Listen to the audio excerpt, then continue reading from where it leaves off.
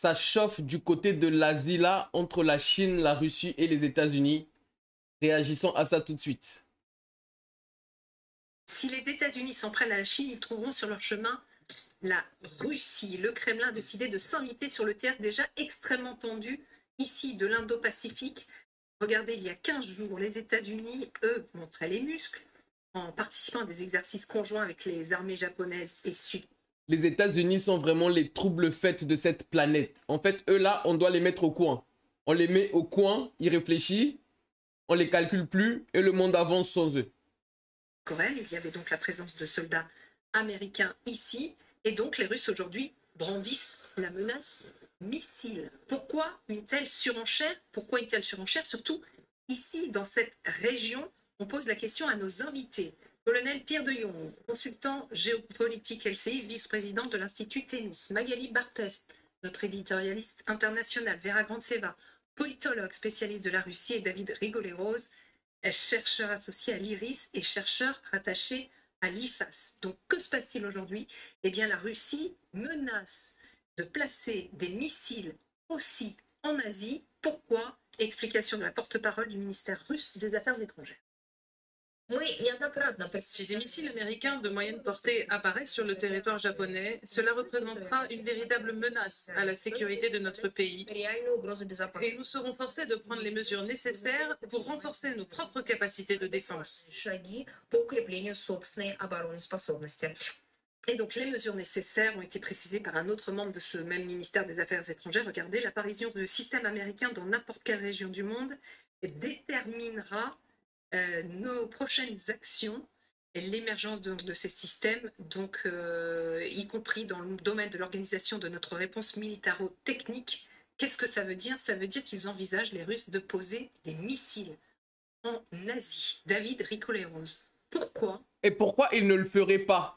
Quand les États-Unis placent leurs missiles partout sur la planète, vous êtes là pour fermer votre gueule, donc fermez votre gueule quand les Russes font la même chose, je m'en fous.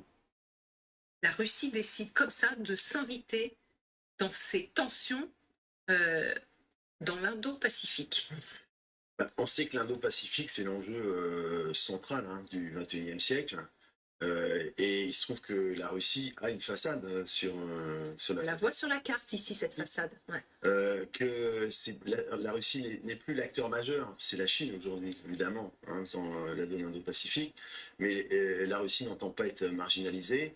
Et qui plus est, une forme de front se dessine, anti-occidental et anti-américaine en particulier. Ils ont fait chier toute la planète, donc là c'est bon, stop. Préoccupant d'ailleurs, parce que ça fait écho à des transports, à des transferts géographiques. On a vu qu'il y avait des Coréens qui arrivaient en face de l'Ukraine. Là, il y a effectivement une logique d'escalade en termes de missiles. Toute chose égale par ailleurs, on pense à la crise des euromissiles en Europe. Ouais. C'est préoccupant parce que ça veut dire qu'il y a effectivement le développement d'une logique conflictuelle à l'échelle globale. Et ça, c'est pas très bon signe, effectivement, sur l'évolution récente.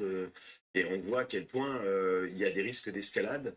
Alors, il y a la perspective, évidemment, de la nouvelle administration Trump. C'est la faute à qui? C'est la faute aux Américains. C'est les Américains qui vont titiller la Russie sur le terrain ukrainien. Et c'est encore les Américains qui vont titiller la Chine, là-bas vers la Chine, tout ça et tout. C'est les Américains, les grands fouteurs de merde sur cette planète. C'est eux qu'il faut... j'espère qu'il y aura une grosse alliance, eux là, pour les défoncer.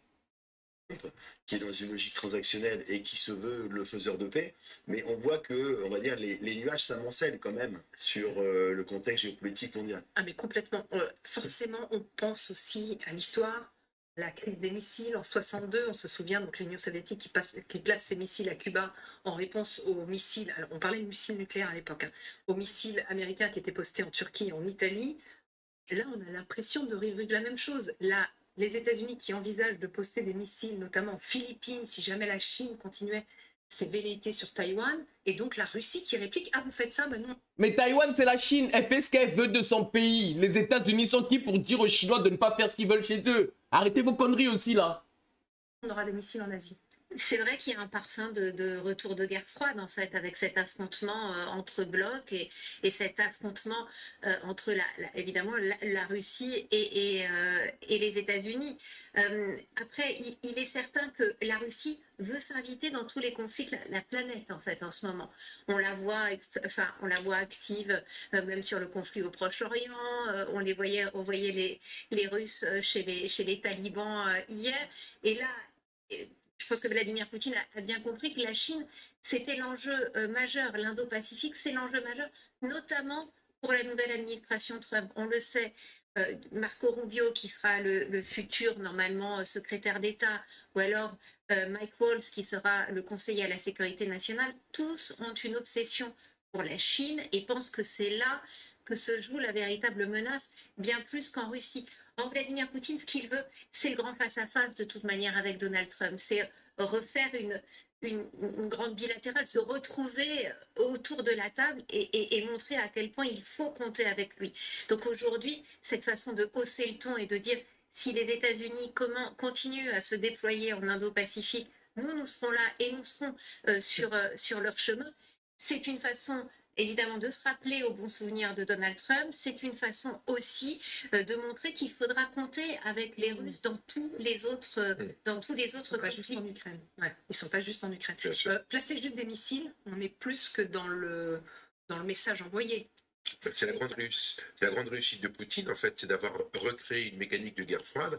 Rappelons-nous, hein, Poutine disait il y a quelques années, la guerre froide n'est pas terminée, parce qu'en fait, on l'a jamais, la Russie n'a pas perdu la guerre froide parce qu'elle n'est pas terminée. Donc en fait, c'est son succès aujourd'hui, c'est d'avoir recréé une mécanique de guerre froide. La deuxième chose, c'est de se densifier dans une relation extrêmement forte avec la Chine. Pékin-Moscou, c'est un axe qui est extrêmement puissant. Et puis, à côté de ça, qu'est-ce qu'on voit? On est dans une période de pré-guerre. Alors le mot est un peu malheureux parce que il est un peu catastrophique, mais quand on y réfléchit bien, quand on voit que les Américains recréent une alliance anti-Chine qui s'appelle l'AUKUS en septembre 2021, qui regroupe donc eux-mêmes, les Britanniques et les Australiens. Exactement. Le discours de Biden à l'OTAN il y a pas longtemps, où il demande à l'OTAN éventuellement d'accepter au sein de l'OTAN le Japon, la Corée du Sud, l'Australie, etc., etc. Donc on voit bien qu'il y a une espèce de tentation, et c'est toujours comme ça dans toutes les guerres, avant les guerres, il y a une tentation civile de recréer des alliances. Le dernier mot là-dessus, c'est qu'en fait, les Russes sont dans un système qu'ils ont eux-mêmes développé. Rappelons-nous l'organisation de la coopération de Shanghai qui a été créée en 2001 de mémoire, et donc dans laquelle vous avez la Chine, le Pakistan, l'Inde, etc., etc. C'est quoi l'OCS? L'OCS, c'est le pacte de Varsovie bis. Alors, ils ne sont pas encore là, mais comment dire, c'est une association entre ces États qui dit que on parle de sécurité, on parle de protection, etc. C'est un outil. Bah, encore heureux, c'est pour se protéger des velléités américaines sur le monde. Les gens vont se laisser faire comme ça. Vous êtes vous fumez quoi, vous? Faut arrêter la drogue, hein. Il y a l'Inde dedans, donc comme il y a l'Inde dedans, on peut considérer que, mais n'empêche que c'est ça l'objectif de l'OCS, c'est d'avoir une alliance qui contrebalance la puissance de l'OTAN. Donc en fait, qu'est-ce qui se passe aujourd'hui? C'est la grande géopolitique, c'est une espèce de redistribution des cartes à travers deux alliances. Il y aura une alliance qui sera théoriquement l'alliance du Sud global, entre guillemets, telle que les BRICS peuvent l'imaginer, et puis qui va être en confrontation avec ce que Poutine appelle l'Occident collectif. Donc on est vraiment sur une mécanique bilatérale, une mécanique de guerre froide. On voit à l'œuvre là, devant nos yeux là, qui se met en place. Le secrétaire américain à l'armée de l'air dit une guerre entre les États-Unis et la Russie ou la Chine n'est pas improbable, elle peut subvenir à tout moment. On est en train de basculer là.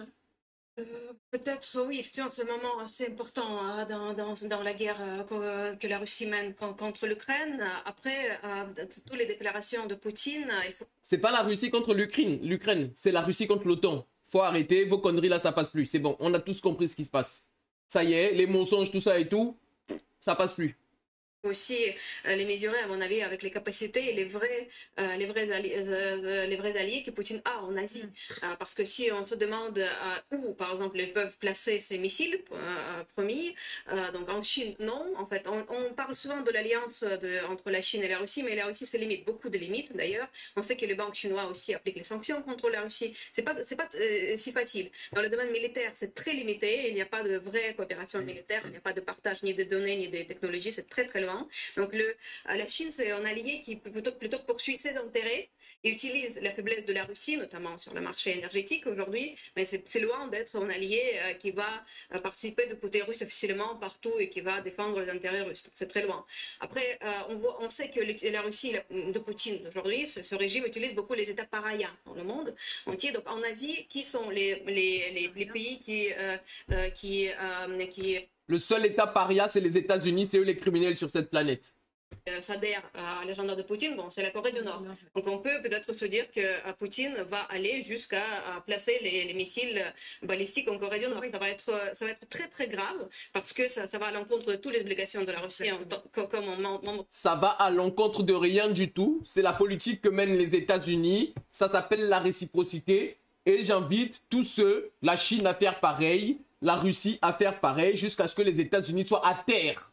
De Conseil de sécurité. La Russie a voté sur toutes les sanctions contre ce pays pendant très longtemps, jusqu'en 2017. Donc ça va être très compliqué pour Poutine aussi d'aller d'aller au-delà des déclarations sur ce sujet-là.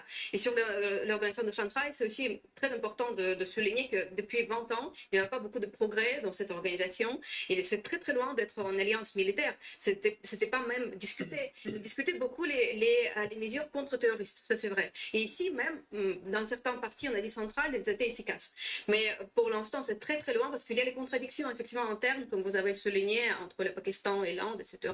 Donc voilà, il faut aussi prendre en compte toute la complexité de position de Poutine. Mais la contradiction, ça fait partie de la vie. Il n'y a pas de contradiction entre l'Europe et les États-Unis parce que les Européens sont soumis comme des larves devant les Américains. Sinon, il y aurait des contradictions forcément parce que les intérêts ne sont pas les mêmes. Qu'est-ce que vous racontez? C'est quand on n'est pas un esclave qu'on peut dire ce qu'on pense vraiment et qu'on peut vraiment s'opposer. Quand on est esclave, là, forcément, il n'y a pas de contradiction. En Asie et toutes les limites qu'il a là-bas. Juste, on va un petit peu avancer, vous allez pouvoir parler, David Rigoleros, mais dans cette perspective éventuellement de confrontation directe, est-ce que la guerre en Ukraine ne pose pas un gros problème de stock aux Américains? En tout cas, c'est l'alerte d'un amiral, écoutez. Up to this year, jusqu'à cette année, la plupart des armes utilisées étaient de l'artillerie et des armes à courte portée. Je vous aurais dit qu'il n'y a eu aucun impact sur l'Indo-Pacifique. Mais maintenant, avec l'utilisation des Patriotes et de certains missiles RR, nous consommons nos stocks et dire le contraire serait malhonnête. and to say otherwise would be dishonest. Les stocks de qui? Into the stocks of the United States. Dans les stocks des États-Unis d'Amérique, cela impacte la capacité des États-Unis à répondre dans la région Indo-Pacifique, qui est le théâtre d'opérations les plus inquiétantes sur la quantité et la qualité des munitions, car la République de Chine est l'adversaire potentiel le mieux équipé dans le monde. Is the most capable potential adversary in the world. Voilà, qui est extrêmement rassurant. Il y a vraiment des problèmes de stock comme ça aux États-Unis? Oui, il y en a, puisque effectivement, à partir du moment où il y a la multiplication des fronts, il y a une dispersion. C'est le problème. Tout n'est pas. Et avec la baisse de la capacité industrielle, on a moins la capacité de produire. Même si on fait tourner la machine, il y a des effets de seuil. Et là, ce qui est intéressant, c'est l'insistance sur l'Indo-Pacifique. Oui. Et là, la nouvelle administration, notamment Donald Trump, qui a dans le viseur Pékin, va se retrouver pris dans ce qu'on appelle le piège de Thucydide. C'est-à-dire, c'est un modèle géopolitique qui dit que la première puissance mondiale ne peut pas accepter de déchoir au deuxième. Du fait des appétits de son rival, le numéro 2. Et il y a des déclarations, il faut se remettre en arrière, mais il y a une déclaration d'un général américain, notamment Charles R. Richards, qui est le chef de l'US Strategic Command, qui disait que c'était en novembre 2022, donc il y a 2 ans, que la guerre approche avec la Chine. Il le disait carrément. Ce qui est très préoccupant quand on sait qu'effectivement c'est le nœud central. Et un autre général, général Michael Minahan, me disait « J'espère me tromper, mais mon instinct me dit que nous risquons de combattre en 2025 ». Donc évidemment, il y a une rhétorique militaire, il y a un affichage, mais c'est quand même le signe d'une préoccupation stratégique majeure du point de vue américain. Et le fait qu'il y ait cette triangulation en Asie entre Moscou, la Corée du Nord, il faut rappeler que Moscou et la Corée du Nord viennent de signer un accord d'assistance militaire, ce qui n'est pas quand même contingent, et la Chine, on voit bien que sur l'Indo-Pacifique, effectivement, stratégiquement, ça devient majeur, mais si, pour les Européens, ça paraît très loin. En fait, les incidences de ce qui risque de se passer là-bas pourrait être absolument crucial. Catastrophique, crucial. Mais c'est vrai que c'est stupéfiant. C'est-à-dire que là, Faut d'abord régler ce qui se passe en Europe avec l'Ukraine. la Chine, on l'a toujours vu comme éventuellement, bon, ça restait un partenaire, peut-être comme un adversaire économique, mais ces derniers mois nous prouvent qu'il y a quelque chose qui est en train de se passer, et on le voit encore à l'œuvre. On voit les Américains tirer la sonnette d'alarme, pas n'importe lesquelles, et elles se multiplient, ces sonnettes d'alarme. Dans cette intervention, il y a le fond et la forme. Bon, David vient de parler du fond. Bon, c'est ça le problème. On est vraiment dans une espèce de gesticulation. Et c'est vrai qu'aujourd'hui, la Chine, elle ne l'avait jamais fait. Elle menace directement Taïwan avec des centaines d'avions, des bateaux. Il y a une... Mais Taïwan, c'est la Chine. Dans le droit international, c'est reconnu que Taïwan, c'est la Chine. Comment voulez-vous qu'elle menace son propre pays? Arrêtez de dire n'importe quoi. Ça n'a pas de sens, là. Et il n'y a personne qui vous arrête. Grande manœuvre d'ailleurs russo-sino-russe qui est en l'œuvre depuis autour de Vladivostok, etc. On parle de 400 bateaux, alors, de tout niveau. N'empêche qu'on voit bien cette relation, elle existe. Ça, c'est pour le fond. Pour la forme, ce qui est intéressant, c'est que l'amiral qui est là, c'est Sinspac. Sinspac, c'est le commandement américain le plus important. C'est un opérationnel. C'est pas l'administratif qui est au fond d'un bureau à l'état-major à Washington. C'est lui qui va gérer cette affaire-là. Et donc lui, ce gars-là, il a le langage de la vérité. Pourquoi? Parce que si ça se déclenche après-demain, il n'a pas les missiles. Parce que les missiles sont partis en Ukraine, en Russie, etc. Donc ça, c'est la première chose. Au niveau de la forme. Au niveau de la forme, il y a un deuxième point qui est intéressant. C'est qu'il envoie un message à Trump. Ça qui est intéressant, parce qu'en fait, personne ne sait ce que Trump va faire dans les mois qui viennent. Et eux non plus. Donc lui, il dit, j'ai pas les missiles, donc chef, parce que c'est comme le chef des armées, c'est quand même Trump demain matin, enfin à partir du 20 janvier, si tu veux continuer ta guerre, il me faut des missiles. Et puis le deuxième point, c'est que l'armée américaine, elle est inquiète, parce que dans les discours de Trump pendant toute la campagne, Trump a annoncé qu'il allait baisser les investissements dans le domaine des armées pour pouvoir développer toute une série de choses, etc., faire un mur, et que sais-je, etc. Donc c'est pas dit que dans les projets de Trump, que Trump a un projet, je dirais, qui soit... parce que, encore une fois, c'est un isolationniste, Trump. Bien et sûr. lui, il est au casse-pipe. Donc il s'est dit, si vraiment il s'isole, non, Magali? Oui, mais en fait, je ne suis pas sûre que sur la Chine, il y ait une vraie volonté isolationniste. Oui, on est d'accord. Sur la Chine, Trump, il a un discours d'extrême fermeté. Pourquoi est-ce que dans l'entourage de Donald Trump, on dit, justement, il faut en finir rapidement avec cette guerre en Ukraine, il faut les pousser à la négociation?